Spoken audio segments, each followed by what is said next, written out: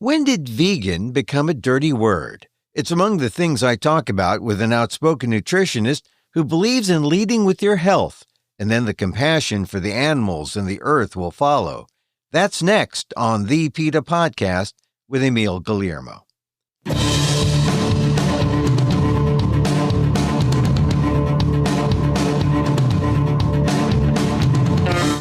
Welcome to the PETA Podcast. I'm Emil, Guillermo, your host for this inside look at animal rights. Brought to you by PETA, the largest animal rights organization in the world. On this episode, I say vegan and you say whole food plant-based? It's become a thing, though activists at PETA fought long and hard to get veganism recognized. But has veganism's virtue become a turnoff? Has it made more people consider meat? The financial woes of companies like meat alternative Beyond Meat aren't good signs. Nutritionists, however, know meat is bad for you, worse for the animals, but a popular approach now is to lead with health, and the compassion for animals will follow. That's one message in Terri Chrisman's book, Fabulous Health. Veganism isn't going away, but you may be hearing the phrase whole food plant-based more and more.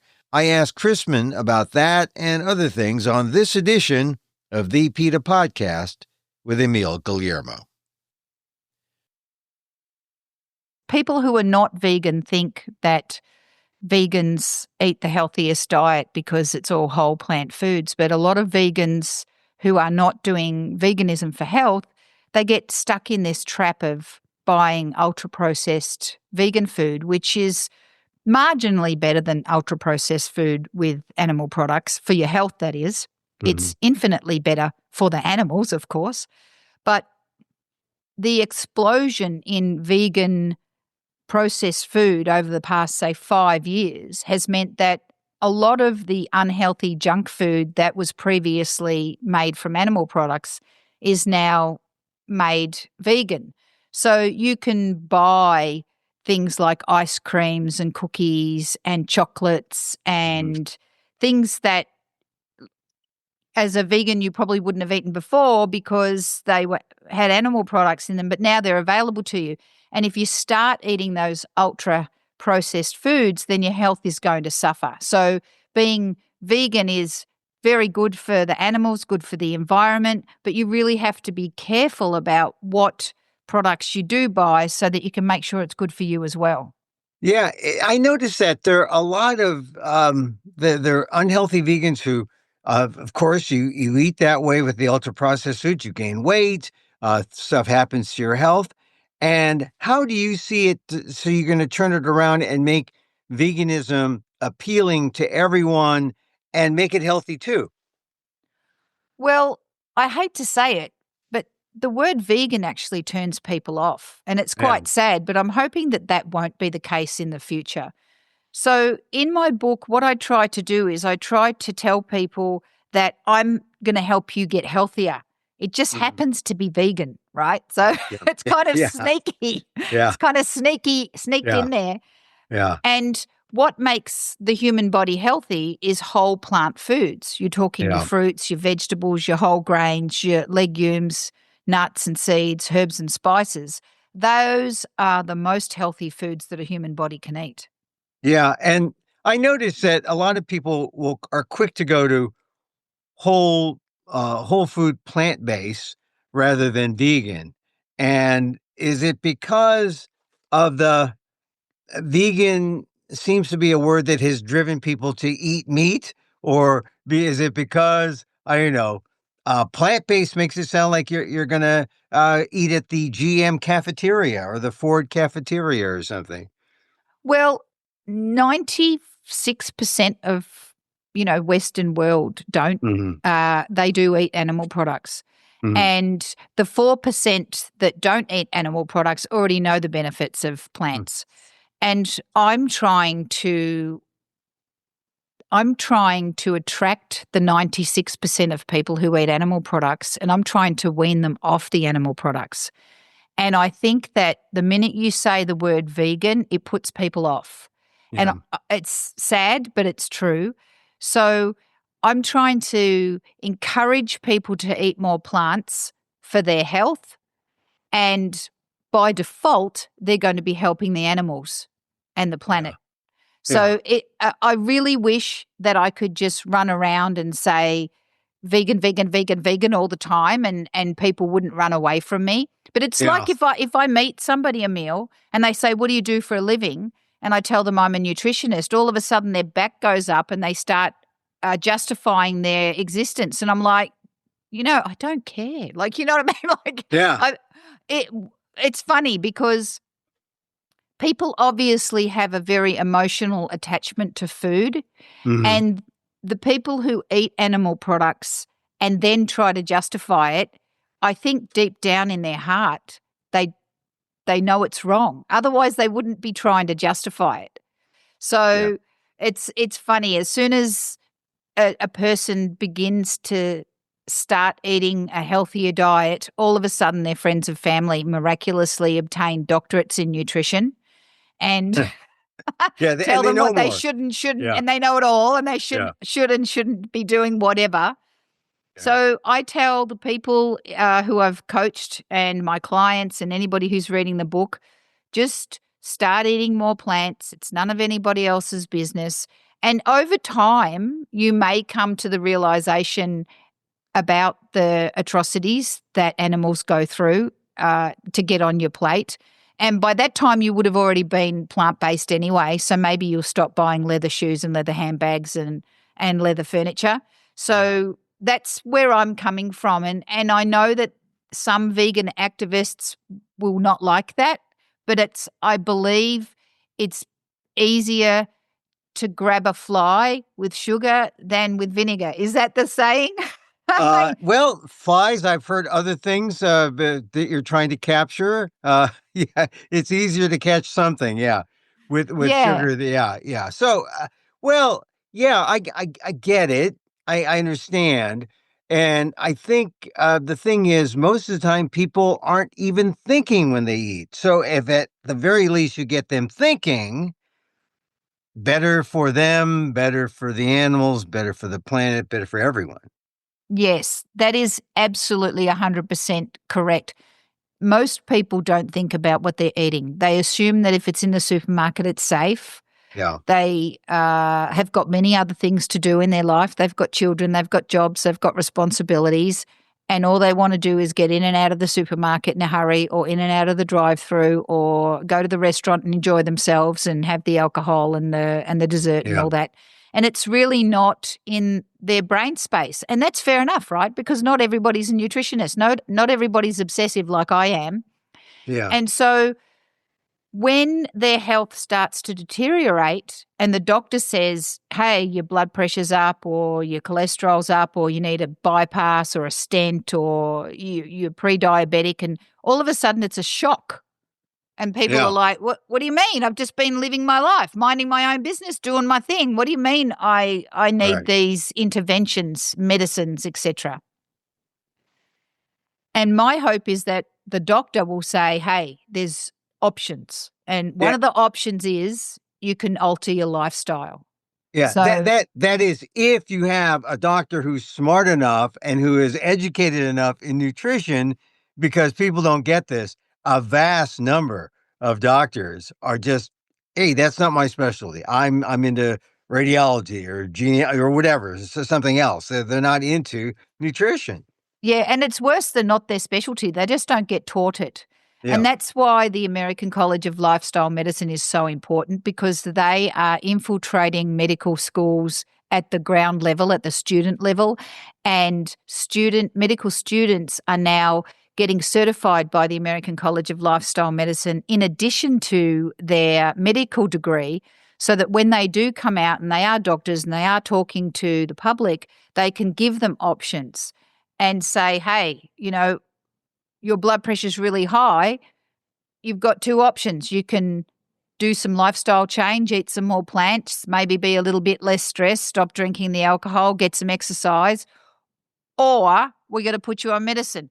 Or it could be both. It could be like, Yeah. look, we have to put you on medicine because it's dangerous, but I also want you to do these things, including eating plants, and that will naturally lower your blood pressure. And then all of a sudden, the person's life, it's better. They sleep better. They got more energy. Yeah. The thing about it is that everything is preventable if they would only eat the right things, if they began eating the right things. But all of the things that that you talked about are all things that are avoidable with given some education. It's almost like we want to, or we accept the fact that if we eat the way we think we want to eat, meat and, all to excess, ultra, processed foods, we just accept the fact that, okay, we're going to get sick. I'll have that bypass now, or I'll take that pill now. That's part of my lifestyle. Go from bad food to bad medicine. And, I don't think people understand how bad sickness is, because if you start down that road, Emil, you're not looking like, oh, I'll be sick for a little bit. No, you'll be sick until you die, right? Yeah. It's a downward spiral of misery. Mm-hmm. And if people take advice to start living their lifestyles by design, by thinking about what can I do to make myself healthier? How much exercise can I get today? How much sleep can I get today? What's my relationship like with people around me? How many plants can I get into my tummy today? All of a sudden, that downward spiral turns into an upward spiral of vitality and energy and clarity in their mind. And they don't know that they were sick before until they start getting better. And all of a sudden, it's like, oh my goodness, is this what life is supposed to be like? Because I never had it like this before. And now, I want to get out of bed. I want to take my dog for a walk. I want to play with my kids, or whatever it is that they want to do, because they have the energy and the aches and pains are gone and the excess weight is gone. And people don't think too much about, your brain fog. Brain fog has a lot to do with what you eat. And if you're filling your brain up with junk, it's going to get clogged up. And if you fill your body up with healthy foods, you're going to get much more clarity. Yeah. Now, let's talk a little about your background. You mentioned the American College of Lifestyle Medicine, right? And you're not a doctor, but you are educated, you are certified by the American College of Lifestyle Medicine. And what made you do that? You're a nutritionist, but what made you go for these certifications? Because it's become a thing where, people, you said it yourself. Most doctors don't even know this stuff, and now they're trying to get certified because they need to know this if they really want to serve their patients. Well, I got my master's in nutrition in 2018, and it didn't actually give me the information that I wanted. Right. Yeah.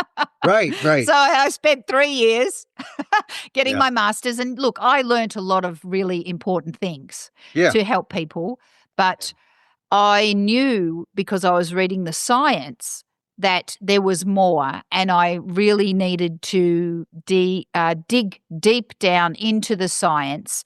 And the American College of Lifestyle Medicine is the preeminent college for health professionals and medical professionals to learn about treating non-communicable diseases with lifestyle.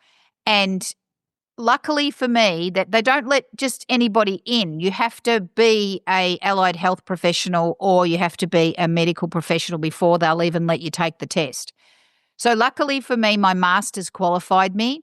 And as a foreigner in America, I really wanted to get a local qualification so that people understood that I was not just, anybody can call yourself a nutritionist. Did you know that? You could. Oh, I know that. Any rando person can call themselves a nutritionist. And even though I had a master's, I was a bit over saying, I have a master's, you know what I mean? Yeah. So I just thought, I'm going to get certified by the American College of Lifestyle Medicine. It wasn't like a 3-week course. It took me 6 months. It was very detailed. And now I believe that I have the skills and the knowledge and the piece of paper that says to everybody, I know what I'm talking about. And I wanted it because I live in this country and my qualifications were from overseas. Yeah. And I don't want to poo-poo, certification and the piece of paper. Look, I went to Harvard. We know how much that means to anyone. Absolutely nothing. It means everything. But no, it means nothing. It means nothing. All right. But the T-shirt, if you have a Harvard T-shirt, that means everything. That's But right. but here's the thing: it was not just a piece of paper in your, in terms of your story. I mean, your journey was a personal one because of your father. Right? Yeah. I mean, I got that far in your book. Your father. Tell the audience about how your father made you, motivated you to find out more about nutrition. So my dad and his sisters were they all struggled with their weight, and he was on blood pressure medication and quite possibly cholesterol medication. I'm not too sure because he died when he was only 51 of a massive 51, right? As a massive heart attack, a lot younger than I am now. So I remember when I turned 51 and I was just like, I'm not even halfway through my life yet. Imagine it just ending right now. And it was sudden, unexpected. There was no warning whatsoever. We didn't know that he had heart disease. And he died in 1992. So if you think about the years leading up to 1992, we're talking the 80s. Mm-hmm. The doctors believed that in order to get heart disease, it was either genetic, bad luck, or a natural part of aging, which is ridiculous because now, 35 years later, we all know that lifestyle plays an enormous part. Yes, there is some genetic component, and if you are more genetically susceptible to developing atherosclerosis in your arteries and you live the lifestyle that is conducive with growing atherosclerosis in your arteries, you're going to have a heart attack. You know what I'm saying? Right. So, my father had that. My father had atherosclerosis. Yeah. Yeah. And it's reversible, but not if you don't know that you don't have it. And if you continue to eat and act the way that you develop it, it will continue to go, which is why I get so upset when friends and family tell me that, they need a stent or they had to have a bypass, and then they're still doing the things that caused the injury, because it is an injury. And the human body will develop atherosclerosis over a period of 90 years because we live. We may eat a little bit of saturated fat, whether it be if we're vegan, from coconut or palm oils or cashew nuts or whatever, but it will develop very, very gradually over a period, a lifespan, but it shouldn't kill you. It should mean that when you're dead, if you were dissected, you could look and there'd be a little bit of hardening of the arteries, right? And that's normal human development. But when it comes too early, and I know people who have had heart attacks and strokes in their 40s, and there was a study done back in the 60s, actually, with soldiers from the Vietnam War. And they took the bodies of soldiers that were killed in the Vietnam War and they did autopsies on them. And these kids were 19, 20, 21 years old. And they had the beginnings of atherosclerosis and heart disease. From what? So, what were they eating? Well, the standard American diet. Oh, not the military rations they were feeding in Vietnam. Well, here's the thing, Emil. It doesn't happen overnight, right? It happens over decades. Right, and obviously, by the 5th decade, my dad's body said, that's enough. His arteries were blocked. Bang, he was dead. I'm hoping that my arteries don't get blocked at all and I live to be 110, Yeah. But now, you weren't aware? I mean, he just died suddenly of a heart attack, and then when you saw that, then how did it change you? We didn't know he had died of a heart attack for months after. He actually was flying a plane at the time. Oh. And he died while he was in the cockpit. And so initially we thought he died in a plane crash. But then we got the autopsy report, and then the autopsy report said, yes, scarring on the heart tissue conducive with having a massive heart attack and atherosclerosis. And so it took a while for me to forgive him, to be honest. I was angry. I was like, how dare you not look after yourself? How dare you be taken away from me because of your own doing, which is such a nasty, mad, horrible thing to think. Yeah. But that's how I felt emotionally. I was really peeved that he didn't save himself. But as I said, back then, they didn't know. Nobody told him to clean up his diet. Nobody told him to eat more plants. Nobody told him not to have meat every meal and not to have fried food. So it wasn't his fault. And it took me a lot of years to forgive myself and forgive him for that. Yeah, but you were also, as you said in the book, kind of overweight yourself. Yeah, it was hard. Yeah, I think that there is a genetic component to obesity, and I know that there's a test you can do. And I have never done the test because I don't need to, because I know that if I do eat badly and I don't exercise, I very, very easily put on weight. My mum and my brother, the complete opposite. Doesn't matter. They'll just be skinny for the rest of their lives, and they must have fast metabolisms if there's such a thing. But basically, they assimilate food in a different way than I do. And everybody is different. And I know that my dad and my dad's family, his sisters, were always on a diet, always trying to lose weight, and always obese. So personally, I took up sport because I thought that sport would be the best thing for me. The more calories I burned, the less I'd put on. And look, it works. The more exercise you do, it's great for you, right? You played Australian rules football? What? I did play Australian rules football at school. I was really bad at it. And I only did it for one season, and I think our team didn't even get into the finals. But I'm a good Australian rules football supporter. Yeah, I mean, but so what was your sport then, if not Australian Well, rules? I started swimming at 8. My mum put me into a Olympic training group when I was 8 years old. None of us were good enough to go to the Olympics, of course, but that's where you start, right? You start at this thing. And I used to get into the pool and just swim laps and laps and laps and laps and laps. And I don't know about you, Emil, but swimming makes you really hungry. Really hungry. So I'd come home, so I'd have dinner, and then we'd drive to the swimming pool, and then I'd swim, I don't know, a kilometre or something, which is about 5/8 of a mile. And I would come home and I'd be so hungry, I'd have a full cream milk, chocolate milk, hot chocolate. Then I'd have some sultana toast with butter slathered all over it and peanut butter. Yeah. Like I was basically eating all the calories that I'd burned off. But over time, because, I was a kid. I was 8, 9, 10, 11, 12 years old. Over time, my body went through these stages where just before puberty, I got really thin naturally, which was great. And I was doing lots and lots of sport and eating what I considered to be a healthy diet. We were eating meat at home, but we were eating lots and lots of vegetables and fresh fruit. And we really didn't have any of the ultra-processed foods because, A, it didn't exist, and B, my mum wouldn't have bought it anyway. We never bought sodas or anything like that or cookies from the supermarket. And so I did well, and it was just like it takes, I don't know about you, but it takes like a lifetime to work out how to look after your body. I mean, you're born with it.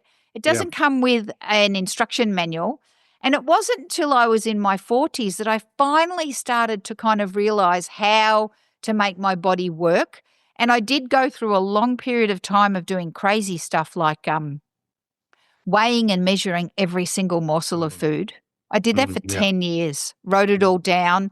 I knew exactly how many calories I was eating, how many grams of carbohydrate and fat.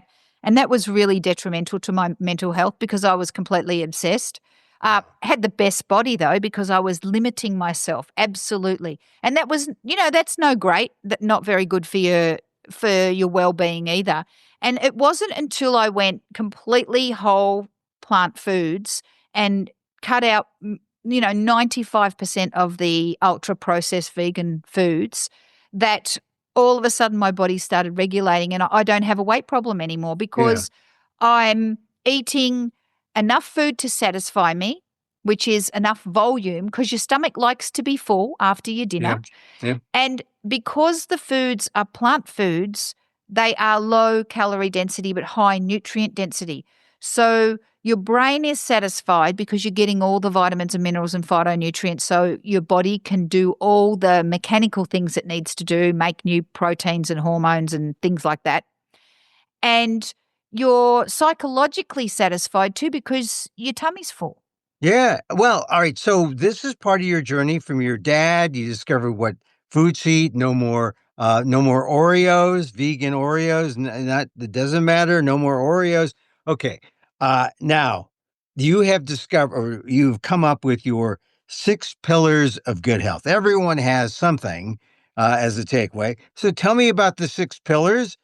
These are the pillars that the American College of Lifestyle Medicine teaches to all the physicians who take their training. And I think it's really important to tell the public about them because it's no point the doctors knowing about them if you don't know about them. So the first one is eating a plant-based diet. And we've already discussed that because it's low in calories and high in nutrients. So we won't go there. But the second one is getting enough physical activity. And they say physical activity instead of exercise because, again, you say the word exercise and people get their backs up, you know. Yeah. But you Just say, walking.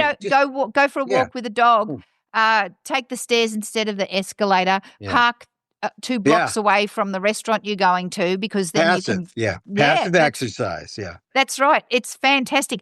Avoid risky substances, and these risky substances include alcohol, prescription drugs that are not prescribed to you, and illicit drugs, and that includes pot. So, and that's marijuana for people who don't understand my Australianism. So, we want to avoid these substances because they have different effects on you. Number one, illicit drugs, you don't know what's in them. They could kill you, so we don't want that. Alcohol is a depressant and a toxin, and it is linked to Alzheimer's and shrinkage of the brain. So that's out too. And the same with illicit drugs and prescription drugs not prescribed to you. Very, very dangerous, and you could actually, die. So we don't want to do that. And then, of course, smoking, because we all know smoking gives you lung cancer. Yeah, well, I have to say, I all those vices I've given up. I know I look like someone who imbibes and it partakes in all of that, but no. In fact, I had a non-alcoholic beer, but you know that some non-alcoholic beers have alcohol, like trace amounts. Isn't that and insane? They don't tell you that. They don't tell you that, but they're like trace amounts. So plant-based diet, exercising, get the toxins out of your body. Yeah, no drugs. No drugs. Yeah, restorative sleep.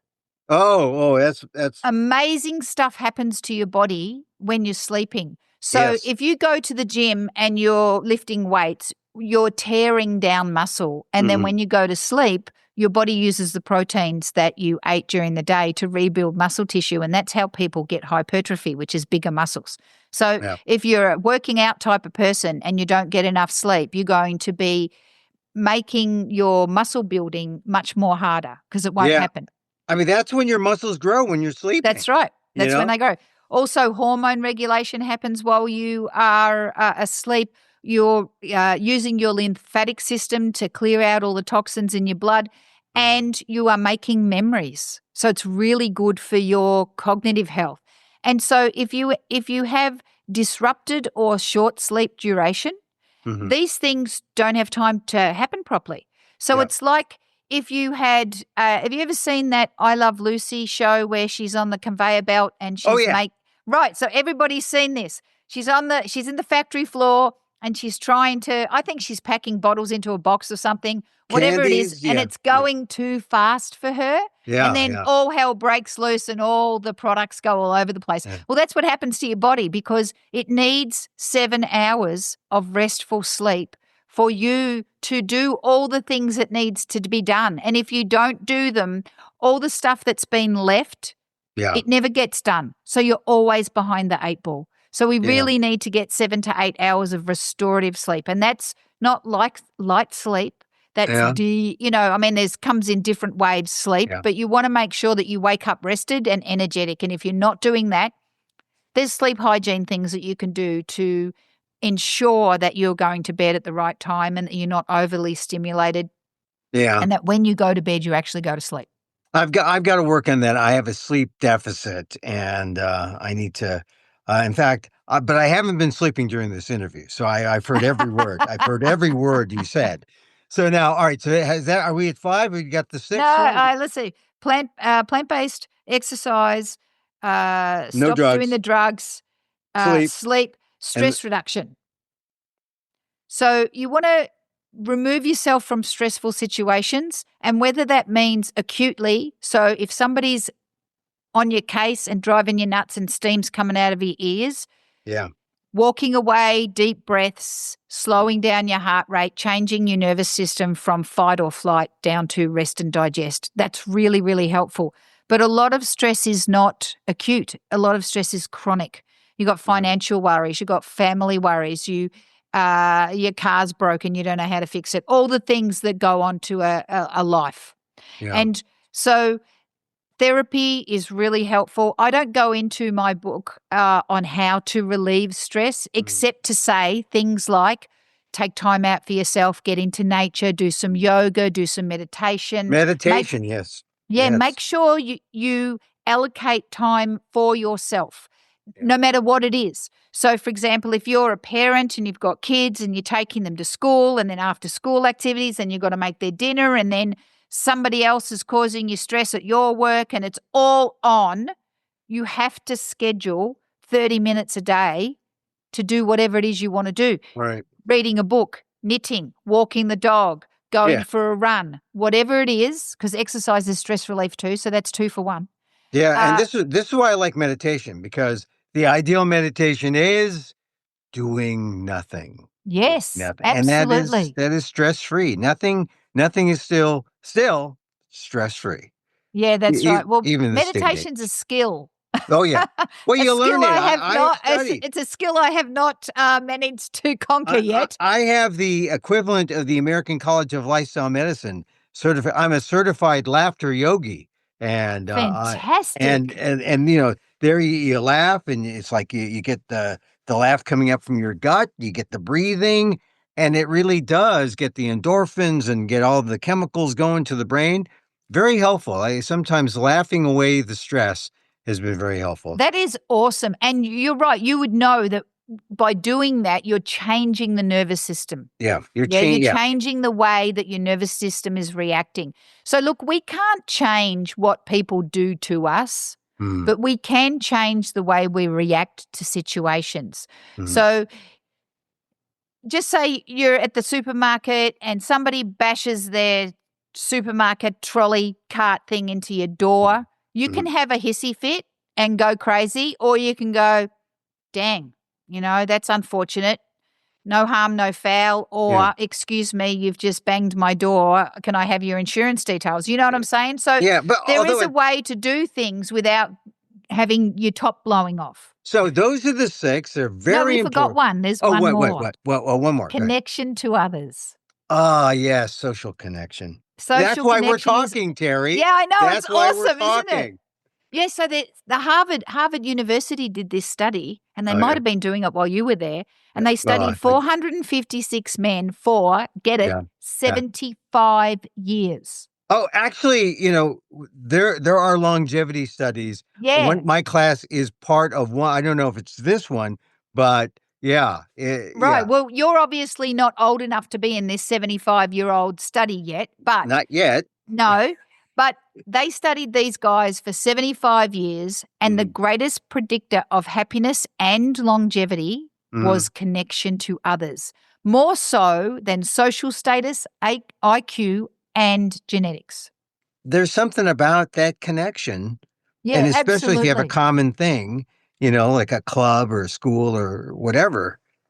And if you are the sort of person that is shy and doesn't like to go out and meet new people, and certainly as adults it's hard to go out and meet new people. I mean, you and I sound like we're both the same kind of personality. We're exuberant and energetic, and we want to go and see people and all that.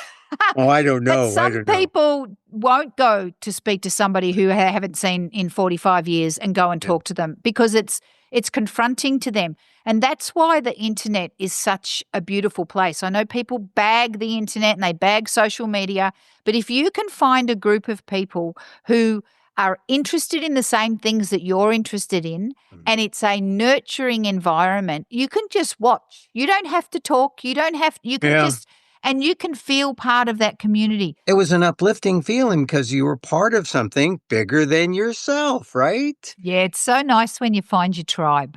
Yeah. And that's happened for me since writing this book. Because I've been going on a whole bunch of podcasts and meeting people, all of a sudden I'm not an island. I don't know why I thought I was an island, but as a solopreneur, talking to one client at a time, you tend to be a bit insulated. And the more I go on podcasts like this and other people's shows, it's fantastic. All of a sudden I'm meeting my people. It's awesome. Yeah. Well, I'm not an island, but I am an islander. And I enjoyed our discourse here about your book, Fabulous Health, right? Did I get it right? Fabulous Health, not okay health, not good health.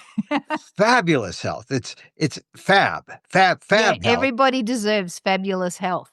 We only get one life, we only get one body, and we need to respect that body. And it is a machine, and it will wear out. And how it wears out is up to you. Really, it's been a pleasure. Good luck on the book. And really, thank you for being part of the PETA Podcast.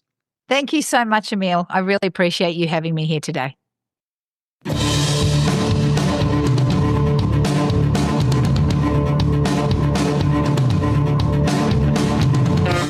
Terri Chrisman, author of Fabulous Health. She's a nutritionist who leads with one's health as she advocates for a whole food, plant-based diet, which is great, but, veganism isn't going away. Whole food, plant-based people are vegans whether they say it or not, and sparing the animals and the climate are still factors in our choices. My health was always a concern, but when I went vegan especially, but when I saw how my food choices affected the world, that only reinforced my veganism. Anyway, thanks for checking out today's show. Thank you for listening. Don't forget to send a link of this show to your friends. Tell them you like the PETA Podcast.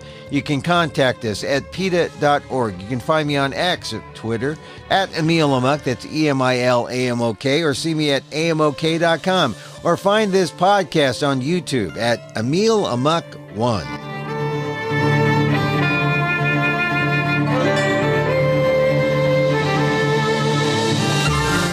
Once again, thank you for listening. Check out all our episodes on your favorite podcast app or on Apple Podcasts, where you can subscribe to, as well as rate and review the show. It helps get the word out about the issues you care about. Hey, one thing I like CastBox, looking for a place to podcast. Our music provided by Carbonworks. Check them out on YouTube. And join us again next time for more insight into animal rights and the fight for a cruelty-free world on the PETA Podcast. I'm Emil Guillermo.